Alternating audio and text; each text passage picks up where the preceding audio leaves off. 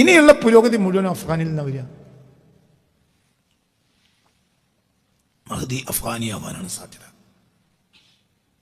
അങ്ങനെയാണ് സാധ്യത. പണ്ട് ഞാൻ മദീനക്കാരനാണെന്ന് പറഞ്ഞിരുന്നു. ഞാൻ അതിനെക്കുറിച്ച് ഈ അടുത്ത കാലത്ത് വലിയൊരു പഠനം നടത്തിയപ്പോൾ എനിക്ക് മനസ്സിലായത് മദീനക്കാരനാവാൻ സാധ്യതയില്ല എന്ന്. അപ്പോൾ പിന്നെ മദീനക്കാരൻ ഹദീസിലില്ലേ, അസ്ലി മദീനക്കാരനായിരിക്കും, അതിൽ ബൈത്തുമായിരിക്കും.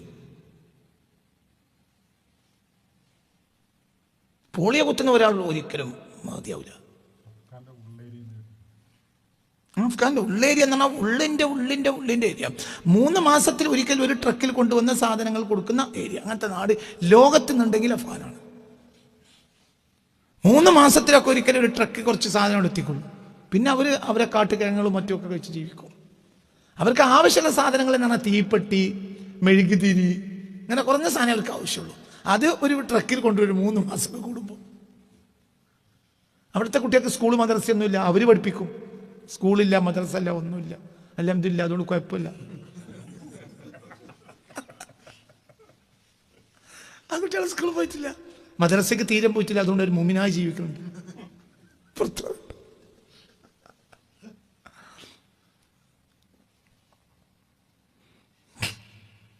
അങ്ങനെയാണ്. ഞങ്ങൾ ചീത്ത അറിഞ്ഞിട്ട് ഞങ്ങൾക്ക് നേർച്ചയാക്കിയത് ഞങ്ങളെ ചീത്തയിട്ടാണ്. സ്കൂളിലും മദ്രസയൊന്നും പോകാത്ത കുട്ടിയിരിക്കും. മതി മാമ ബാപ്പയമ്മയും പഠിപ്പിക്കും. അങ്ങനെ ഇരിക്കും. അങ്ങനത്തെ കുട്ടിക്ക് ഒന്നും പുറത്തുനിന്ന് കയറൂല, അത്രയും ശുദ്ധമായിരിക്കും. പിന്നെ ആ കുട്ടിക്ക് മാസങ്ങളോളം ഭക്ഷണം കഴിക്കാതെ യുദ്ധം ചെയ്യാൻ കഴിയും. എന്തുകൊണ്ട്? പണ്ടേ അങ്ങനെയാണ്. അവർക്ക് കഴിയും. തൊപ്പിട്ട് പോയില്ല എല്ലാവരും ആ നാട്ടിൽ നിന്ന്. പിന്നെ കിട്ടാനും ഒന്നുമില്ല, ഒന്നും നാട്ടിലില്ല. സൗദി അറേബ്യയിൽ നിലവിലുള്ള സാഹചര്യത്തിൽ മതി വരാൻ സാധ്യത ഒരിക്കലും ഇല്ല. ഇമ്പോസിബിൾ, ഒരിക്കലും ഇല്ല. ഇങ്ങനെയുള്ള കാലത്ത് പ്രത്യേകിച്ച് ഇപ്പം നമ്മളെ തലച്ചോറിൽ തന്നെ ചിപ്പ് ഘടിപ്പിക്കുന്നതാണ് ഇപ്പോൾ കേൾക്കുന്നത്. ചില പ്രത്യേക ശക്തികൾ മനുഷ്യനെ നിയന്ത്രിക്കും. നമുക്കിനി സ്വാതന്ത്ര്യം ഉണ്ടാവില്ല. ആധുനികത മനുഷ്യന് സ്വാതന്ത്ര്യം നഷ്ടപ്പെടുത്തി. ഒരു കണ്ണുപൊട്ടനായ ഒരു ബാപ്പ, ഒരു അച്ഛൻ ഭാര്യക്കാരനായ മകൻ്റെ കൈ പിടിച്ചിട്ട് മകനെ കൊണ്ടുപോകണം. ഒരു കണ്ണുപൊട്ടനായ അച്ഛന് മകനെ കൊണ്ടുപോകുന്ന ഒരു ചിത്രം, ഒരു വര ഈ അടുത്ത ദിവസം ഒരാൾ എനിക്ക് അയച്ചെന്ന്. വലിയ പാടുണ്ട്. അതായത് അച്ഛനെ കണ്ണില്ല, പക്ഷെ അദ്ദേഹത്തിൻ്റെ കയ്യിൽ എന്തുണ്ട്? വടിയുണ്ട്. അങ്ങനെ വടി കുട്ടി നടക്കുകയാണ്. അച്ഛൻ്റെ കയ്യെ പിടിച്ചുകൊണ്ട് ഒരു 10, 20, 22 വയസ്സായ ഒരു മകനുണ്ട്. അച്ഛൻ്റെ കയ്യെ പിടിച്ചുകൊണ്ട് നടക്കുകയാണ്. അപ്പം അച്ഛൻ പറയാണ്, മകനെ, നമ്മളെ മുന്നിലൊരു കുഴിയുണ്ട്, ശ്രദ്ധിക്കണേ. അച്ഛൻ പറയാണ് മകനോട്. മകന് മുന്നിലേക്ക് നോക്കാൻ കഴിയില്ല. മകൻ മൊബൈൽ നോക്കുക.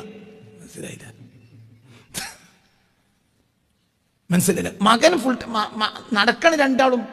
അച്ഛനെ എൻ്റെ കയ്യെ പിടിച്ചിട്ടാണ് ആര് നടക്കണേ? 22, 25 വയസ്സായ മകൻ നടക്കണം. മകൻ്റെ കണ്ണ് ഫുൾ ടൈം എന്തിലാണ്? മൊബൈൽ. അപ്പോൾ അവൻ തീരെ കാണൂല. മറ്റേ വടിയെങ്കിലും ഉണ്ട്, പിന്നെ എന്തുമില്ല, വടിയില്ല. ഇതാണ് ആധുനികത മനുഷ്യനെ അടിമയാക്കി. മൊബൈലിൻ്റെ അടിമയാണ്.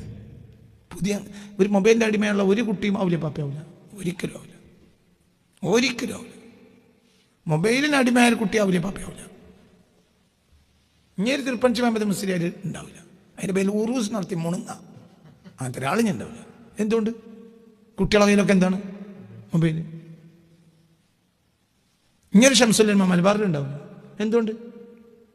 പറയടോ, ഉണ്ടാവില്ല, ഒരിക്കലും ഉണ്ടാവില്ല. പറയാൻ നിങ്ങളാരാണ്? എൻ്റെ പേര് റഹ്മത്തുള്ള ഖാസിമിന്നാണ്. ഉണ്ടാവില്ല. എന്തുകൊണ്ട്? കുട്ടികളെ കയ്യിൽ മൊബൈൽ വാങ്ങിക്കൊടുത്താലേ ഒന്ന് റിസ്ക്ക് പോവുകയുള്ളൂ. ഭാഷയാണ്. മൊബൈൽ വാങ്ങിക്കൊടുത്താലേ റിസ്ക്ക് പോവുള്ളൂ.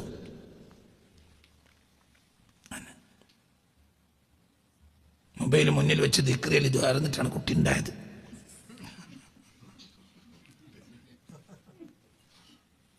അങ്ങനെ കുട്ടിയുണ്ടായത്. മൊബൈൽ മുന്നിൽ വെച്ചിട്ട് ഏതോ നാട്ടിലെ മോദിയെ പറഞ്ഞു കൊടുക്കണം ദിക്റി എല്ലിട്ടാണ് കുട്ടി ഉണ്ടായത്. ഇനി ഉണ്ടാവില്ല, ഒന്നുണ്ടാവില്ല. അതൊന്നും ഇല്ലാത്തൊരു നാടാണ് അഫ്ഗാൻ.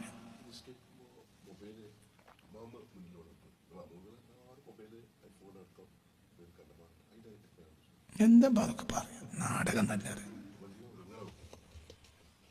ഇന്നത്തെ നിസ്കാരം എന്നാണ് നാടകം നല്ലത്.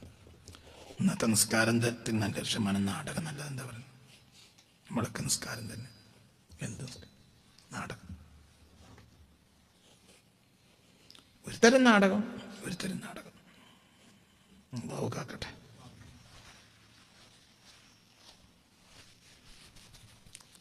ബ്രിട്ടീഷ് ചരിത്രകാരനും മുൻ സൈന്യാധിപനായ തിമോത്തി വി വൈൻഗാർഡ് എന്ന ഒരു ചരിത്ര പണ്ഡിതൻ രചിച്ച ഒരു പുസ്തകമാണ് the first world oil war. World war എന്നാണ് പറയുന്നത് അദ്ദേഹത്തിൻ്റെ പുസ്തകത്തിൻ്റെ പേര്, ദി ഫസ്റ്റ് വേൾഡ് ഓയിൽ വാർ. നമ്മുടെ പുസ്തകത്തിൻ്റെ 139 പേജിൽ അത് കൊടുത്തിട്ടുണ്ട്. The first world oil war, British പുസ്തകത്തിൻ്റെ 139 പേജിൽ അതുണ്ട്. എന്താണ് ഈ പുസ്തകത്തിൽ അദ്ദേഹം പറയുന്നത്? അദ്ദേഹം ബ്രിട്ടീഷ് സൈനികനായിരുന്നു, വലിയ ചരിത്രകാരനാണ്. എന്താ പറയുക, കാനഡയിലെ ടൊറോണ്ടോ യൂണിവേഴ്സിറ്റിയാണ് ഈ പുസ്തകം പ്രസിദ്ധീകരിച്ചിട്ടുള്ളത്. എന്താ പുസ്തകത്തിൽ പറയുന്നത്? ലോക ചരിത്രത്തിൽ ആദ്യത്തെ ലോകമഹായുദ്ധത്തിൽ ഏറ്റവും പ്രാധാന്യമുള്ള വസ്തു പെട്രോളിയം ആയിരുന്നു. ഒന്നാം ലോകമഹായുദ്ധത്തിന്റെ അടിസ്ഥാന കാരണം പശ്ചിമേഷ്യയിൽ കണ്ടെത്തിയ പെട്രോളിയത്തിന്റെ സമ്പൂർണ്ണ ആധിപത്യം ബ്രിട്ടീഷ് അമേരിക്കൻ ശക്തികളുടെ കൈകളിൽ ഭദ്രമാക്കുക എന്നത് മാത്രമായിരുന്നു. നമ്മളല്ല പറയുന്നത്, ഇത് കാനഡയിലെ പ്രധാനപ്പെട്ട യൂണിവേഴ്സിറ്റിയായ ടൊറന്റോ യൂണിവേഴ്സിറ്റിയാണ് ഈ പുസ്തകം പ്രസിദ്ധീകരിച്ചിട്ടുള്ളത്. പുസ്തകത്തിന്റെ പേര് തന്നെ ദി ഫസ്റ്റ് വേൾഡ് ഓയിൽ വാർ എന്നാണ് ഈ പുസ്തകത്തിന്റെ പേര്. ഏകദേശം 2 ലക്ഷം ടൺ പെട്രോളിയം ആയിരുന്നു 1914 വരെ പ്രതിവർഷം ബ്രിട്ടൻ ഇറക്കുമതി ചെയ്തിരുന്നത്. 1914 ഒന്നാം ലോക മഹായുദ്ധത്തിൽ ബ്രിട്ടൻ സഖ്യകക്ഷികളെ യൂഫ്രട്ടീസ് തടത്തിലേക്ക് അയച്ച പട്ടാളത്തിന്റെ കണക്ക് പരിശോധിച്ചാൽ തന്നെ ഈ പ്രദേശം ബ്രിട്ടീഷ് അമേരിക്കൻ സഖ്യത്തിന് എത്രത്തോളം പ്രാധാന്യമുള്ളതായിരുന്നു എന്ന് മനസ്സിലാക്കാം. അതായത് ഒന്നാം ലോക മഹായുദ്ധം ഉണ്ടായപ്പോൾ അമേരിക്കയും ബ്രിട്ടനും ഏറ്റവും കൂടുതൽ പട്ടാളക്കാരെ അയച്ചത് യൂഫ്രട്ടീസ് തടത്തിലേക്കാണ്. അവിടെയല്ല യുദ്ധം നടക്കുന്നത്, പിന്നെ എന്തേ ആ ഏരിയ പിടിച്ചെടുക്കാനാണ് അവരുടെ ലക്ഷ്യം. അതാ ഞാൻ പറഞ്ഞത്, ഈ സാധനം അമേരിക്കയിലായിരുന്നെങ്കിൽ ഈ ലോകാവസാനം പെട്ടെന്നൊന്നും ഉണ്ടാവില്ല, ലോകത്തിന്റെ ഗതി തന്നെ മാറും. ഈ ഗ്രന്ഥത്തിന്റെ 3-ാമത്തെ അധ്യായത്തിന്റെ പേര് തന്നെ the last crusade in the Middle East, പശ്ചിമേഷ്യയിലെ അവസാനത്തെ കുരിശ് യുദ്ധം എന്നാണ് 3-ാം അധ്യായത്തിന്റെ പേര്. The last crusade in the Middle East, middle ഈസ്റ്റിലെ പശ്ചിമേഷ്യയിലെ അവസാനത്തെ കുരിശ് യുദ്ധം എന്ന് പറയുന്നത് ഒന്നാം ലോക മഹായുദ്ധത്തെ പറ്റി. മനസ്സിലായില്ല? അതായത് യൂറോപ്യൻ ശക്തികൾ, ഞാൻ നേരത്തെ പറഞ്ഞു, കുരിശിനെ ഏഷ്യയിൽ സ്ഥാപിക്കലായിരുന്നില്ല അവരുടെ ലക്ഷ്യം. ക്രിസ്ത്യാനിറ്റിയെ ഏഷ്യയിൽ സ്ഥാപിക്കലായിരുന്നില്ല കുരിശ് യുദ്ധത്തിന്റെ ലക്ഷ്യം. പിന്നെ എന്തായിരുന്നു? ക്രിസ്ത്യാനിറ്റിയെ ഏഷ്യയിൽ സ്ഥാപിക്കുന്ന ആവശ്യം എന്താ? ക്രിസ്ത്യാനിറ്റി എന്ന് പറഞ്ഞാൽ ഏഷ്യയുടെ മതമല്ലേ? മനസ്സിലായില്ലേ? ഏഷ്യയുടെ മതമാണ് എന്ത്? ക്രിസ്ത്യാനിറ്റി. ഇനി എന്തിനാ ഏഷ്യയിൽ സ്ഥാപിക്കുന്നത്? യൂറോപ്യന്മാർ കുരിശും കൊണ്ട് ഇങ്ങോട്ട് വന്നത് കുരിശ് ഒരു വൈകാരികത ഉളവാക്കാൻ വേണ്ടിയാണ്. എന്താ അവരുടെ ലക്ഷ്യം? ഏഷ്യൻ സമ്പത്ത് അപഹരിക്കുക. സമ്പത്തിന്റെ നാടാണ് ഏഷ്യ. ഏത് കാലത്തും എല്ലാ വേദഗ്രന്ഥങ്ങളും പറഞ്ഞിട്ടുണ്ട് ഏഷ്യ സമ്പത്തിന്റെ നാടാണ്. സുബ്ഹാനല്ലദി അസ്റാ ബിഅബ്ദിഹി ലൈലൻ മിനൽ മസ്ജിദിൽ ഹറാമി ഇലൽ മസ്ജിദിൽ അഖ്സല്ലദി ബറകനാ ഹൗലഹു. അത്രയും വലിയ പ്രദേശമാണ് അത് കൈവശപ്പെടുത്തുക. The last crusade in the Middle East എന്ന 3-ാമത്തെ അധ്യായത്തിൽ പറയുന്നത് ഒന്നാം ലോക മഹായുദ്ധത്തിൽ പശ്ചിമേഷ്യയിൽ നടന്നതും ഇന്നും നിരന്തരമായി നടന്നുകൊണ്ടിരിക്കുന്നതും പെട്രോളിയത്തിനായുള്ള പടിഞ്ഞാറൻ ശക്തിയുടെ കുരിശ് യുദ്ധമാണ്. തുടർന്ന് വന്ന 2-ാം ലോക മഹായുദ്ധവും ഇന്ന് നടന്നുകൊണ്ടിരിക്കുന്ന യുദ്ധങ്ങളും യഥാർത്ഥത്തിൽ ആധുനിക കറുത്ത സ്വർണം എന്ന ഒരേ ഒരു ലക്ഷ്യത്തിന് വേണ്ടിയുള്ള യുദ്ധത്തിന്റെ വിവിധ പോരാട്ട ഭാവങ്ങൾ മാത്രമാണ്. അതായത് ലക്ഷ്യം എന്താണ്? പെട്രോളിയം ഇന്നില്ലാതായാൽ മറന്നു കളയും പാശ്ചാത്യ ശക്തികൾ ഈ നാടിനെ. പിന്നെ ഇവിടെ ഒന്നും കിട്ടാനില്ല.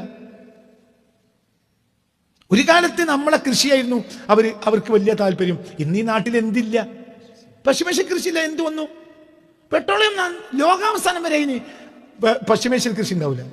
ലോകാവസാനം വരെ എവിടെ ഏത് രാജ്യം ലോകത്ത് സമ്പത്തിന്റെ കലവറ, എന്താ പറയുക, ധാന്യങ്ങളുടെ കലവറ എന്ന് പറയാവുന്ന നാടാണ് ഏത്? ഇറാഖ്.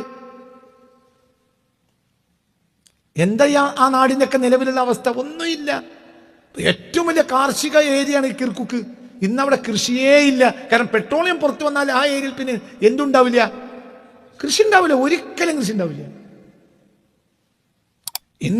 ഇന്ന് ലോകത്തിനെ തീറ്റിപ്പൊറ്റാനുള്ള കൃഷി ഇവിടെയല്ല. ഒരു കാലത്ത് ലോകത്തെ തീറ്റിപ്പൊറ്റാനുള്ള സ്ഥലം ഒന്ന് ഷാം, ഒന്ന് യമൻ. അവിടുത്തെ ധാന്യങ്ങൾ ലോകത്തിന് മതിയാവുന്ന റസൂൽ പറഞ്ഞിട്ടില്ലേ? ഇന്ന് അവിടെ ധാന്യം തന്നെ ഇല്ല. അവർക്ക് ധാന്യം പുറത്തുനിന്ന് ഇറക്കുമതി ചെയ്യണം. കാരണം അവിടെ എന്ത് വന്നു? പെട്രോളിയം വന്നുപോയി. അതൊക്കെ വലിയ പാഠങ്ങളാണ്. ഒരു കാലത്ത് അവർ നമ്മുടെ ധാന്യങ്ങളെയും കാർഷിക സമ്പത്തിനെയും ആശ്രയിച്ചാണ് നമ്മളോട് യുദ്ധം ചെയ്തിരുന്നത് എങ്കിൽ ഇന്ന് ആ കാർഷിക സമ്പത്ത് ആ രാജ്യങ്ങളിലില്ല. ഷാമും യമനും ലോകത്തിനെ തീറ്റി. അല്ലാഹുമ്മ ബാരിക് ലനാ ഫീ ഷാമിനാ. ഷാമിലും യമനിലും ബർക്കത്ത് ചെയ്യാൻ റസൂൽ ദുആ ചെയ്ത അവിടെ എല്ലാം ഉണ്ട്.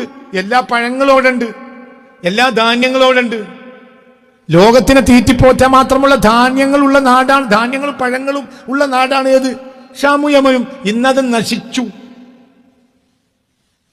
എന്താ നശിപ്പിച്ചത്? 20-ാം നൂറ്റാണ്ടിന്റെ തുടക്കത്തിൽ വരുന്ന പെട്രോളിയം. അതാ പറയുന്നത്, ഈ പെട്രോളിയം ഇനി ഇവിടെ വറ്റിക്കഴിഞ്ഞാൽ പിന്നെ ഇവിടെ കാർഷിക വൃത്തി ഏതായാലും ഇല്ല. ഇവിടുത്തെ പ്രശ്നവും തീരും. ഇവിടെ ഒരു പ്രശ്നം ഉണ്ടാവില്ല. ഇസ്രായേൽ ടെന്റ് മടക്കി പോവുകയും ചെയ്യും. മനസ്സിലായില്ല? ഇസ്രായേൽ ഇവിടുന്ന് ടെന്റ് മടക്കി പോവും. പിന്നെ ഇവിടെ നിന്നിട്ട് കാര്യമില്ല. എന്തുകൊണ്ട്? ഇവർ ഇസ്രായേലിലുമല്ല. ഡേവിഡ് ബെൻഗൂരിയൻ ഇസ്രായേലിയാണ്. ബെഞ്ചമിൻ നെതന്യാഹു ഇസ്രായേലിയാണ്. ഒരു ഇസ്രായേലി എന്നാണ് ഇസ്രായേലിനെ ഭരിച്ചത്? മനസ്സിലായില്ല? ഏഷ്യയുടെ ഹൃദയത്തിൽ ഏഷ്യക്കാരെ ഭയപ്പെടുത്താൻ വേണ്ടി യൂറോപ്യർ കളിച്ചൊരു കളിയാണ് എന്ത്? ഇസ്രായേൽ. ഇസ്രായേൽ രാഷ്ട്രത്തിലെ ഒരു ഭരണാധികാരിയും ആരല്ല? എന്താണ്? ഇസ്രായേലി അല്ല. ഇസ്രായേലികൾ ആരാണ്? യാക്കൂബിന്റെ മക്കളല്ലേ? ഐസക്കിന്റെ മകനായ ജേക്കബിന്റെ മക്കളായിട്ടല്ലേ ഇസ്രായേലിനെ ബൈബിൾ പരിചയപ്പെടുത്തുന്നത്? ഈ കൂട്ടത്തിൽ ആരാണ് ജേക്കബിന്റെ മക്കള്? ഡേവിഡ് ബെൻഗൂരിയൻ ജേക്കബിന്റെ മോനാണ്. അയാൾ യാഫത്തിയല്ലേ? അയാൾ യാഫിസ്റ്റല്ലേ? നിങ്ങൾ എന്റെ കൂടെ ഇല്ല. അതായത് 948 മെയ് 14 ഇസ്രായേൽ എന്ന രാജ്യം സ്ഥാപിക്കുമ്പോൾ ആ രാജ്യത്തിന് വേണ്ടി ചരടുവലി നടത്തിയത് ആരാണ്? യൂറോപ്യന്മാര്. ആ രാജ്യത്തെ ആദ്യത്തെ രാഷ്ട്രപിതാവ് ആരാ? യൂറോപ്യൻ. ആദ്യത്തെ പ്രധാനമന്ത്രി ആരാ? യൂറോപ്യൻ. ഇന്നത്തെ പ്രധാനമന്ത്രി ആരാ? യൂറോപ്യൻ. ആ രാജ്യം ഭരിച്ചത് മുഴുവനും ആരാ? യൂറോപ്യന്മാര്. പക്ഷേ ആ രാജ്യത്തെ നിലനിർത്താൻ വേണ്ടി ഒരു വൈകാരികത, മതപരമായ ഒരു വൈകാരികതയ്ക്ക് വേണ്ടി ആ നാടിന് എന്ത് പേരിട്ടു? ഇസ്രായേൽ. അപ്പൊ ഒരു മതപരമായ വൈകാരികത അവിടെ വരും. ഇസ്രായേൽ ബൈബിൾ നിയമം അനുസരിച്ച് തന്നെ എബ്രഹാമിന്റെ പുത്രനായ ജേക്കബിന്റെ പുത്രന്മാരാണല്ലോ ആര്? ഇസ്രായേലികൾ. ഇതല്ലേ ബൈബിൾ നിയമവും? അബ്രഹാമിന്റെ പുത്രനായ ഐസക്കിന്റെ പുത്രനായ ജേക്കബിന്റെ മക്കളാണ് ആര്? ഇസ്രായേലികൾ. ഇവിടെ ഈ 948 മുതൽ ഇന്ന് വരെ ഏതൊരു ഇസ്രായേലിയാണ് ഇസ്രായേൽ ഭരിച്ചത്? ഇല്ല. ഇന്ന് ഭരിക്കുന്ന ആളും ആരല്ല? ഇസ്രായേലി അല്ല, അയാൾ യൂറോപ്യനാണ്. അപ്പൊ എന്താണ് താല്പര്യം? യൂറോപ്യൻ താല്പര്യം സംരക്ഷിക്കണം. ഇവിടെ എന്തുണ്ട്? പെട്രോളിയം ഉണ്ട്. ഈ പെട്രോളിയം ഇന്ന് വറ്റിയാൽ അവരൊക്കെ പോകുമ്പോഴുന്നു. പിന്നെ നടക്കൂല. പിന്നെ അവിടെ അവർ പറയുന്ന എന്താ? ഞങ്ങൾക്ക് ആ മണ്ണിൽ കിടക്കണേ. അവർക്ക് എന്തില്ല? ലോകത്തെ ഏറ്റവും വലിയ നിരീശ്വരവാദ രാജ്യങ്ങളൊന്നാണ് എന്ത്? ഇസ്രായേൽ. ലോകത്തെ ഏറ്റവും കൂടുതൽ ഓപ്പൺ സെക്സ് ഉള്ള രാജ്യങ്ങളൊന്നാണ് ഇസ്രായേൽ. യഹൂദി മതം ഓപ്പൺ സെക്സ് അംഗീകരിക്കും? ക്രിസ്തു മതം ഓപ്പൺ സെക്സ് അംഗീകരിക്കും? ഇല്ലല്ലോ. അപ്പൊ ചുരുക്കത്തിൽ പെട്രോളിയം മാത്രമാണ് ഇതിന്റെ അടിസ്ഥാന കാരണം, വേറൊന്നുമല്ല. ഇന്ന് ആ പെട്രോളിയം, ആ രാജ്യത്ത് ആ പെട്രോളിയം ഇല്ലാതെയായാൽ ബ്രിട്ടീഷ്, അതോടുകൂടെ യൂറോപ്യൻ താല്പര്യവും ഇസ്രായേലും ഇന്നുള്ള പ്രശ്നങ്ങൾ മുഴുവൻ അവസാനിക്കും. അപ്പൊ പുണ്യ റസൂൽ പറഞ്ഞത് വളരെ കൃത്യമാണ്. എന്ത്? യൂഫ്രട്ടീസ് തടത്തിൽ സ്വർണ്ണമല പൊങ്ങി വരും. അത് നിങ്ങൾക്ക് കൊല മാത്രം തരും. നിങ്ങളെ സമാധാനം അവസാനിക്കും. അത് നിങ്ങൾ എടുക്കരുത്. എടുത്താൽ നിങ്ങളെ കഥ കഴിഞ്ഞു. ഇപ്പൊ സൗദി അറേബ്യ ലിബറലിസത്തിന് വഴിമാറിക്കൊണ്ടിരിക്കുകയാണ്. സൗദി അറേബ്യ ലിബറലിസത്തിലേക്ക് വഴിമാറുക. ഭരണാധികാരികൾ ഈ അടുത്ത കാലത്ത് നടപ്പിലാക്കിയത് മുഴുവനും യൂറോപ്യൻ ലിബറലിസമാണ്. എന്താ കാരണം? പെട്രോളിയം അല്ലാതെ എന്താണ്? പെട്രോളിയം സമ്പത്ത്. അപ്പൊ മതം എന്നത് പിന്നെ അവിടെ ഒരു പുറംപൂച്ച് മാത്രമാണ്, വേറെ ഒന്നുമല്ല. ബ്രിട്ടീഷ് സാമ്പത്തിക വിദഗ്ധൻ ചരിത്രകാരനുമായ ഇയാൻ റൂട്ട്ലെഡ്ജ് എഴുതി പ്രസിദ്ധീകരിച്ച, അമേരിക്കൻ പ്രസാധകരായ സാക്കി ബുക്സ് പ്രസിദ്ധീകരിച്ച ഒരു ഗ്രന്ഥമുണ്ട്, എനിമി ഓൺ ദ യൂഫ്രട്ടീസ് എന്നാണ് ആ പുസ്തകം. ആ പുസ്തകത്തിന്റെ ഫ്രണ്ട് പേജ്, കവർ പേജ് ഇവിടെ കൊടുത്തിട്ടുണ്ട്. നമ്മുടെ പുസ്തകത്തിൻ്റെ യൂപ്രട്ടീസിലെ സ്വർണ്ണമലകൾ എന്ന പുസ്തകത്തിൻ്റെ 140-ാമത്തെ പേജിൽ കാണാം. എന്താ പുസ്തകം പറയുന്നത്? ഞാൻ അവസാനിപ്പിക്കുന്നു കിട്ടുന്നില്ല. 1902 യൂപ്രട്ടീസ് തടം നിറയെ പെട്രോളിയത്തിന്റെ സാന്നിധ്യമുണ്ടെന്ന് ബ്രിട്ടൻ കണ്ടെത്തി. 1905 ഒക്ടോബറിൽ ഒട്ടോമൻ സാമ്രാജ്യത്തിലെ ബ്രിട്ടീഷ് എംബസിയുടെ അറ്റാഷെ ആയിരുന്ന സർ മാർക്ക് സൈക്കസ് ലണ്ടനിലേക്ക് അയച്ച രഹസ്യ ടെലിഗ്രാമുകളിലെ രേഖകളിലെല്ലാം യൂപ്രട്ടീസ് തടത്തിലെ കൂറ്റൻ പെട്രോളിയം ശേഖരങ്ങളെ കുറിച്ച് വിശദീകരിക്കും. ഇതാണ് മാർക്ക് സൈക്കസ്.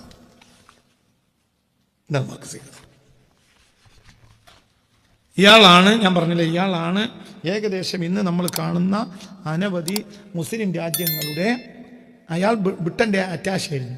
ഇയാൾ എല്ലാ ചരടിവലികളും നടത്തിയത് ഇയാൾ 900. പക്ഷേ 1-ാം ലോക മഹായുദ്ധം കഴിഞ്ഞപ്പോൾ സ്പാനിഷ് ഫ്ലൂ ഉണ്ടായി. സ്പാനിഷ് ഫ്ലൂയിൽ 1919 ഇയാൾ മരിച്ചുപോയി. ഇതിൻ്റെ സുഖം അനുഭവിക്കാൻ അയാൾക്ക് കഴിഞ്ഞില്ല. ഇയാളാണ് ആ വ്യക്തി. ഈ കാണുന്ന ഫോട്ടോയിൽ കാണുന്ന ഇയാളാണ് മാർക്ക് സൈക്കസ്. 1879 ജനിച്ചു. 1919 മാർക്ക് സൈക്കസ് മരിക്കുന്നത്. ബഹ്താൻ നദിയുടെ വടക്ക് കിർക്കിൽ 25 ഹെക്ടറിനേക്കാൾ വലിപ്പമുള്ള പെട്രോളിയം ശേഖരം കണ്ടെത്താൻ സാധ്യതയുണ്ട്. 927. അപ്പൊ ചുരുക്കത്തിൽ ഇങ്ങനെ ഒരുപാട് രേഖകൾ കാണാം. അതേപോലെ തന്നെ പെട്രോളിയത്തിന് വേണ്ടി ബ്രിട്ടീഷ് കമാൻഡറായിരുന്ന ഹെൻറി വിൽസൺ 964 അദ്ദേഹത്തിന്റെ മരണം. 32ഓളം പട്ടാളക്കാരുമായി യൂപ്രട്ടീസ് നദീതീരത്തിൽ പര്യവേക്ഷണം നടത്തിയതിന്റെ രേഖകൾ ഇന്ന് ലോകത്തിന്റെ മുന്നിലുണ്ട്. നിങ്ങൾ ചിന്തിക്കണം. അതായത് ഹെൻറി വിൽസനെ പോലത്തെ ഒരു ഉദാഹരണം, ഹെൻറി വിൽസൺ അയാൾ ബ്രിട്ടീഷ് കമാൻഡറായിരുന്നു. ഈ ഏരിയയിലൊക്കെ ഇവർ വലിയ വലിയ പര്യവേഷണങ്ങൾ നടത്തി. ഇത് ശ്രദ്ധിക്കാൻ കഴിയുന്ന സാഹചര്യം അക്കാലത്ത് ഇല്ല. കാരണം സ്വന്തം നാട്ടിൽ ആഭ്യന്തര കലാപം, റഷ്യയുമായുള്ള യുദ്ധം, ഹംഗറിയുമായുള്ള യുദ്ധം, യുദ്ധത്തോട് യുദ്ധം, പല പ്രശ്നകലുഷിതമായ കാലഘട്ടമാണ് അന്ന്. അതായത് 1880 അവസാനവും 900 തുടക്കവും.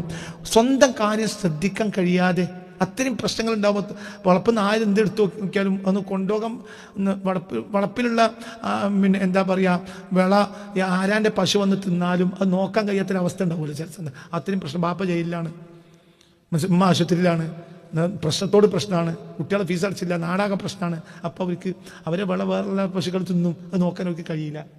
ഇതാണ് സ്വന്തം മണ്ണിൽ ബ്രിട്ടൻ്റെ ആളുകൾ വെനസ്ക. എവിടെയൊക്കെ പെട്രോൾ ഉണ്ട് പര്യവേഷണം നടത്തുമ്പോൾ ഭൂമി ആരുടെ കയ്യിലാണ്? തുർക്കിയുടെ കയ്യിൽ. പര്യവേഷണം നടത്തുന്ന ആരാ? ബ്രിട്ടീഷുകാരന്മാർ. അപ്പം അതൊക്കെ അവർ കണ്ടെത്തി സീൽ ചെയ്തു കൃത്യമാക്കി. എന്നിട്ട് 908 പുറത്താക്കി ആരെ? ഭരണാധികാരിയെ. അതിന് ഭരണാധികാരികളെ പുറത്താക്കാൻ വേണ്ടി പണി തീർത്തു.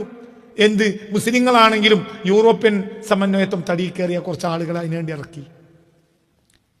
അവരെ മാത്രവൽക്കരിച്ചുകൊണ്ട് വഹാബികൾ അവരെ യുവതുർക്കികൾ എന്ന് പറഞ്ഞു.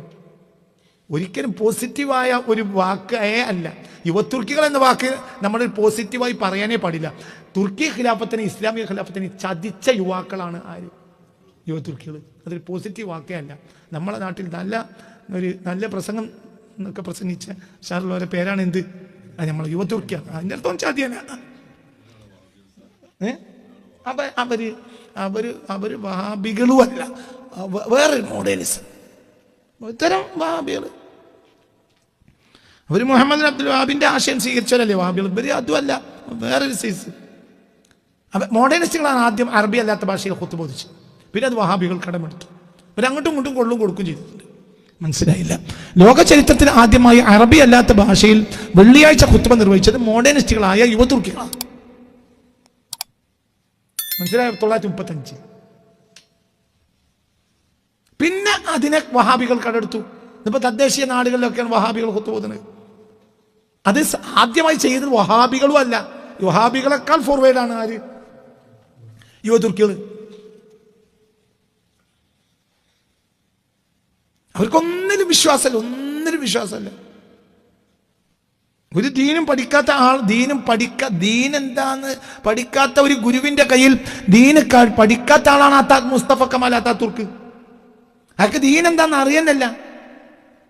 അയാളാണ് ആധുനിക തുർക്കി രാഷ്ട്രപിതാവ്. അയാൾക്ക് ഇതിലൊന്നും വിശ്വാസവും ഇല്ല. അയാളാണ് തുർക്കി ഭാഷയിൽ ബാങ്ക് കൊടുക്കാൻ ഏൽപ്പിച്ചത്. പിന്നെ അയാൾ വലിയ മഹാനാക്കി മാറ്റി തുർക്കികൾ. ഇപ്പോഴും തുർക്കിയിൽ ഒരാൾ ഭരണാധികാരി ആകുകയാണെങ്കിൽ അയാൾ എന്ത് ചെയ്യും? പിന്നെ അത്താതുർക്കിന്റെ ഖബർ പോയി ചേർത്തി. അത്താതുർക്ക് ജീവിതത്തിൽ ഒരാളെയും ചേർത്തിട്ടില്ല. ഇതൊക്കെ നാടകങ്ങൾ. ലോകത്ത് നാടകങ്ങൾ ആവർത്തിച്ചുകൊണ്ടേയിരിക്കാം. എന്താണ് ഈ നാടകങ്ങൾ? ജനങ്ങൾ വിഡ്ഢികളുമാണ്. അത് ഇതിലൊന്നും, ഈ സിയാറത്തിലൊന്നും വിശ്വാസമില്ലാത്ത ആളാണ് ആര്? മുസ്തഫ തുർക്ക്. അയാളാണ് ആധുനിക തുർക്കികളുടെ പിതാവ്. അയാൾ തനി മോഡേണിസ്റ്റ് ആണ്. അയാളാണ് പർദ്ദ ഉപേക്ഷിക്കാൻ കൽപ്പിച്ചത്. തലയിലുള്ള തലമുണ്ട് പെണ്ണുങ്ങൾ ഉപേക്ഷിക്കണം എന്ന് കൽപ്പിച്ചതാണ്. പർദ്ദ ഇട്ടാൽ പെണ്ണുങ്ങൾക്ക് ജോലി കൊടുക്കില്ല എന്ന് പറഞ്ഞത് അയാളാണ്. ആര്? യുവ തുർക്കിയുടെ നേതാവായ മുസ്തഫ തുർക്ക്. അയാൾ യൂറോപ്പിൽ നിന്ന് പഠിച്ച ആളാണ്. അയാൾ ദീനാൾ പഠിച്ചിട്ടല്ല. അയാളാണ് അറബി ഭാഷയിൽ ബാങ്ക് കൊടുക്കാൻ കൽപ്പിച്ചത്. തുർക്കി ഭാഷയിൽ ബാങ്ക് കൊടുക്കാൻ കൽപ്പിച്ചത്. അറസ്റ്റ് ചെയ്യും. ഉദാഹരണം, നമ്മളപ്പോ ഈ അടുത്ത കാലത്ത് മരണപ്പെട്ടു പോയ ഒരാളുണ്ടല്ലോ, നാസിം ഖബ്ബാനി. ഇല്ല നമ്മളെ മരണപ്പെട്ടു പോയ നാസിം ഖബ്ബാനിന് മുമ്പ്, നാസിം ഖബ്ബാനി നമ്മളാ എന്താ പറയുക, നക്ഷമതി ത്വരീഖത്തിലെ ഒരു പ്രധാനപ്പെട്ട ഷെയ്ഖ് അടുത്ത കാലത്ത് മരിച്ചിട്ടുണ്ടല്ലോ, ഒരു പ്രധാനപ്പെട്ട ആള് ആകട്ടെ. അദ്ദേഹം തുർക്കിയുടെ സ്വാധീനമുള്ള ഒരു ദേശത്ത് പള്ളിയിലെ മുഖ്യനായിരുന്നു ആദ്യകാലത്ത്. എന്നിട്ട് അറബി ഭാഷയിൽ ബാങ്ക് കൊടുത്താൽ പോലീസ് പിടിച്ചോണ്ടു, പിന്നെ വിടും, പിന്നെ അറബി ഭാഷ ബാങ്ക് കൊടുക്കും, പിന്നെ പിടിച്ചോണ്ടു. നാസിം ഖബ്ബാനിയാണെന്ന് എൻ്റെ ഒരു ഓർമ്മ. അല്ല പിന്നെ 2014 മരിച്ചു പോയല്ലോ ഒരാളുണ്ടല്ലോ. ഏതായാലും അറബി ഭാഷയിൽ ബാങ്ക് കൊടുക്കരുതെന്ന് പോലും കൽപ്പിച്ച ആളാണ് ആര്? ആധുനിക തുർക്കിയുടെ പിതാവായ മുസ്തഫ തുർക്ക്. അറബി ഭാഷയിൽ ഖുത്ബ നിരോധിച്ച ആളാണ് അയാള്.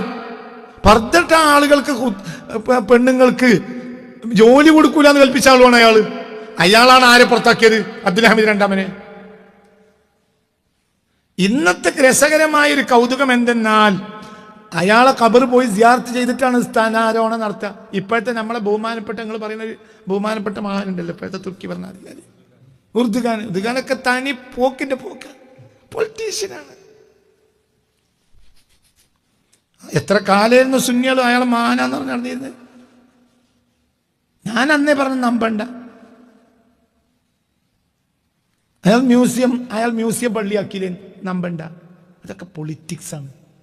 പൊളിറ്റിക്സിൽ പള്ളി അമ്പലമാക്കും, അമ്പലം പള്ളിയാക്കും. അത് പൊളിറ്റിക്സാണ്. നീ രണ്ടും പൊളിച്ചിട്ട് മ്യൂസിയം ആക്കും, നീ മ്യൂസിയം ഇങ്ങോട്ട് നോക്കും, നീ മറ്റേത് അങ്ങോട്ട് നോക്കും. പൊളിറ്റിക്സിന് പ്രത്യേക ശത്രുവില്ല. പൊളിറ്റിക്സ് ചെസ് കളിക്കുമ്പോൾ കളിക്കുക. നിങ്ങൾ ഇതിൻ്റെ കൂടെ അല്ല. പൊളിറ്റീഷ്യൻസിന് അത്രയുള്ളൂ. എല്ലാ പൊളിറ്റീഷ്യൻസിന്റെ പ്രശ്നം പൊളിറ്റിക്സാണ്. അപ്പൊ അതിനനുസരിച്ചുള്ള കാര്യങ്ങളൊക്കെ അവർ ചെയ്യും. തൊയ്യിബ് ഉർദുഖാൻ ഇയാളുടെ ഖബർ സിയാറത്ത് ചെയ്താണ് സ്ഥാനാരോഹണം നേടിയത്. ഇയാൾക്കോ? അതാണ് ഞാൻ പറഞ്ഞത്, നാടകം. ഇയാൾക്കോ? ഒരു സിയാറത്തിൽ അയാൾക്ക് വിശ്വാസമില്ല, ഒന്നിനും വിശ്വാസമില്ല. ദീനെന്താ പഠിച്ചിട്ടേ ഇല്ല. ആ യൂറോപ്പിന്റെ സന്തതിയാണ് ഇയാൾ. ആര്? മുസ്തഫ കമാൽ അതാതുർക്ക്.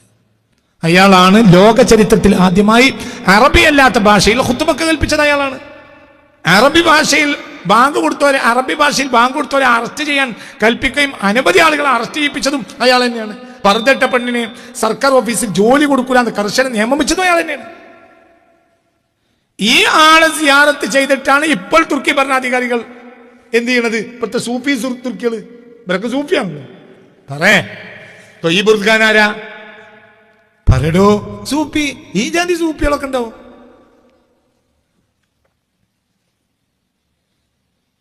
അങ്ങനത്തെ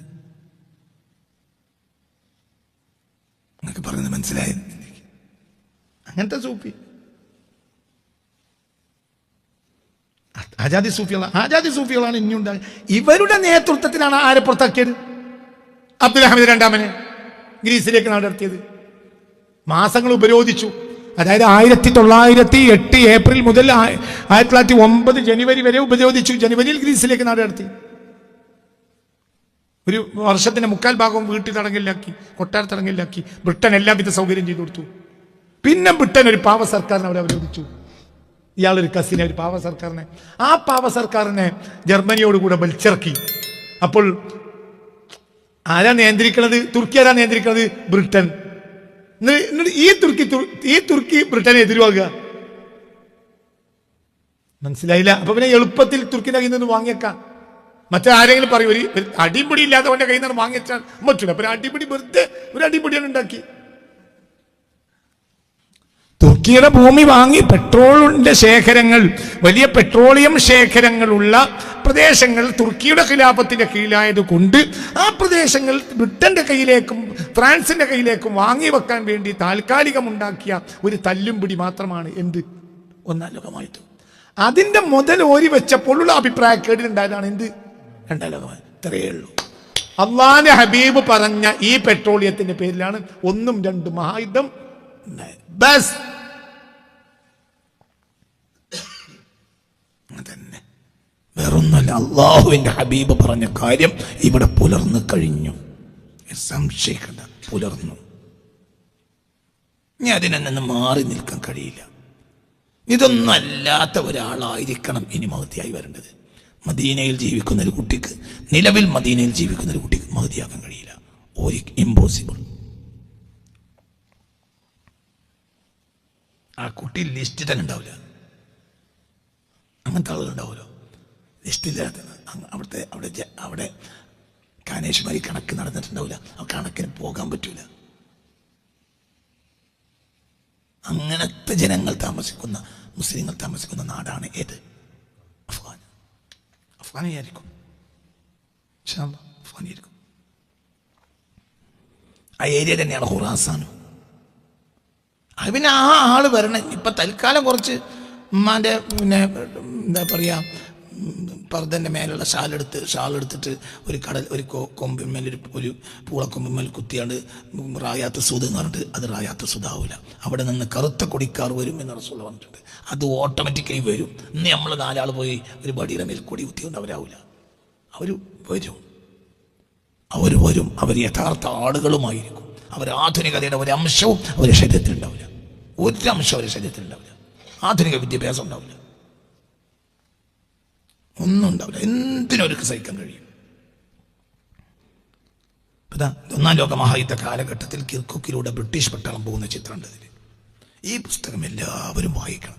ഈ പുസ്തകം വായിച്ചാൽ ആധുനികതയിൽ വന്ന ചതികൾ എന്ത് എന്ന് വളരെ കൃത്യമായി മനസ്സിലാക്കാൻ കഴിയും. അതേതാളാണെങ്കിലും പുസ്തകം വായിക്കണം.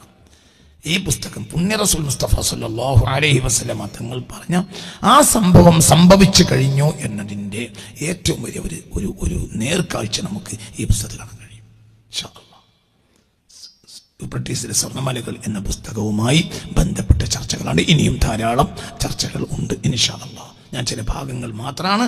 ഹബീബ റസൂലുള്ള പറഞ്ഞില്ലേ, നിങ്ങൾ എന്നിൽ നിയുക്തതു അലൈഹി, അതിൻ്റെ മേൽ വലിയ കൊലപാതകം നടക്കും. ഫമൻ ഹളറഹു ഫലാ യഖുദു മിൻഹു ശൈഅ. നിങ്ങൾ ആരതിൻ്റെ മുന്നിലെത്തിയാലും എടുത്തു പോകരുത്, അത് നിങ്ങൾക്ക് നഷ്ടം മാത്രമേ കൊണ്ടുവരൂ എന്ന്